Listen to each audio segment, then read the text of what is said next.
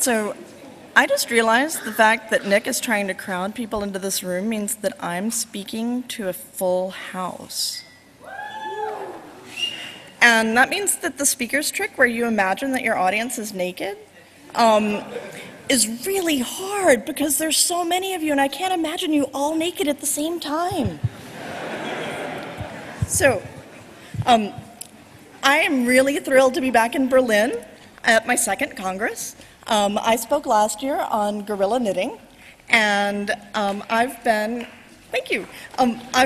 incredibly honored by how much discussion and how much creativity has been inspired by the lecture that I gave last year.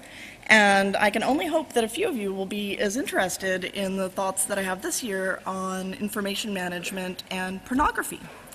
I'm still a doctoral student at the Graduate Center at the City University of New York in sociology. One of my special interests is the effect of technology on society. And as I study, of course, I learn that the more things change, the more they stay the same. Every new technology disrupts its society, creating unexpected problems as well as hoped-for benefits. Scene from Blade Runner.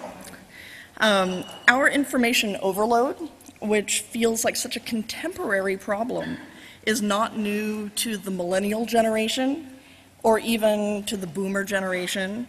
It wasn't new to Vannevar Bush when he wrote As We May Think in 1945 and imagined that we could have a sort of Memex that would help us corral all of the disparate bits of information that we have to keep track of.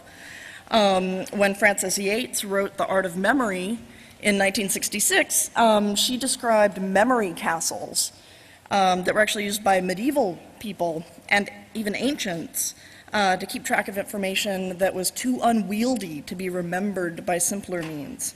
And some of the things that they would keep track of were epic poems, so they would recite them at length.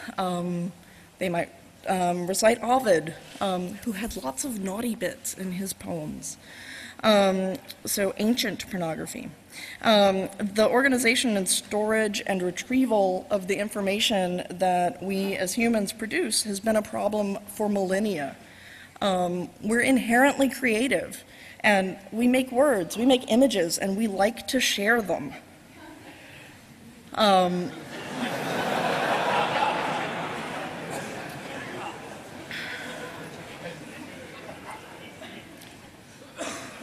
So what's special about porn?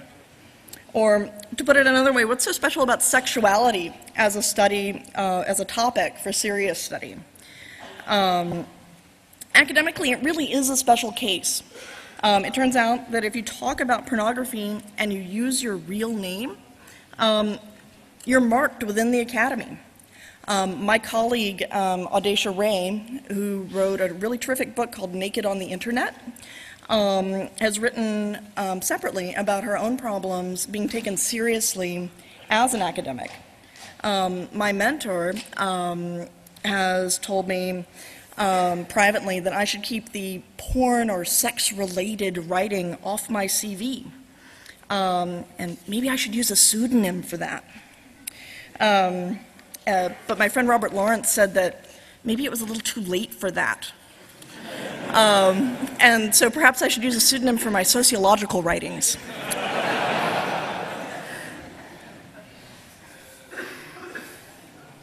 I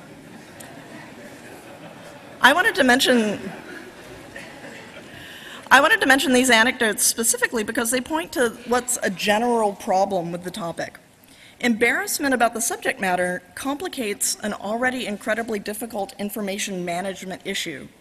If you can't talk about what it is you're storing in any more detail than with a collective noun, porn, then none of the existing solutions for information management can even be brought to bear on the problem. So the canonical legacy porn storage problem was a stash of porn under the mattress or on a closet shelf or somewhere in the garage. There are some assumptions that are implicit in this ideal porn collection. It's kept by an adult man. It's relatively small. It might be replenished with a new material, but then old material might be thrown away to keep the size constant because there's an enclosed physical space that it needs to be kept in. The generalization I can make is that in the United States, despite almost certainly being sort of limited to newsstand purchases, and those would probably be legal, this collection would still be very, very private and kept physically hidden from a girlfriend or from a wife or from children. Although those collections are almost always found at some point, and hilarity and embarrassment ensues. Although this type of pornographic, although of course pornographic magazines are still sold, this type of porn collection is increasingly rare because digital porn has completely overwhelmed the market. And with this shift, there's no longer a single ideal type of porn collection because there's many different collections of pornography as there are individuals who save files of pornography. The privacy implications of this, I think, are really profound. And so I want to pause for a second and talk about that. Choosing to store pornography causes problems even for people who have nothing particularly perverted to hide. Any collection of pornography gets at the heart of what it means to be a private individual. Because as we've moved from mass media to individually produced media, from professionally edited collections of porn, such as magazines or commercially produced films, to individual snapshots, YouTube clips, stored BitTorrents, which might be made up of scenes from movies, the particularity of a collection of porn ends up being a testimony to its owner's particular set of tastes. So if your partner sees some porn magazines that you own and gets upset because there are a lot of big-breasted women, you might object that you have no control over what goes into the magazines and that you just wanted a lad mag. And that's what you get in the lad mags. But if your partner finds your porn files and sees that you've collected 2 gigs of images of different naked people who all happen to look like your ex, you're going to have a lot of explaining to do. Because clearly you were able to exercise some volition in curating that collection of images. Violet Blue spoke last year at Ars Electronica on this topic of privacy and our own erotic fingerprints. By the way, that talk and the talk I gave last year are both printed in the collection of essays from that conference. So you can find Johannes from Monochrome afterwards if you'd like to buy a copy. The book looks like that, and he helpfully made sure I had a copy. So I have one here. So to continue, how we organize any of our data fingerprints us, a music collection or our library of books. But I think that nowhere is it more unique than if we have somehow cataloged or recorded our sexual desires. Violet pointed out, and I agree, that sometimes we're only honest in our own mind with our most private desires, and that there are things that go unspoken even with a beloved partner, but that this is completely okay. It's just part of being human. We can request our right to privacy in that matter as well as in any other matter, and we shouldn't be embarrassed about it. As we should all know here at the Congress, of all places, just because somebody has a desire for privacy doesn't imply that they're doing anything illegal or illicit or even merely morally wrong. It's okay for some things to be private. However, embarrassment and privacy concerns, and often over-trumped legality concerns, all intermingle to make pornography a weird train wreck of a topic to study.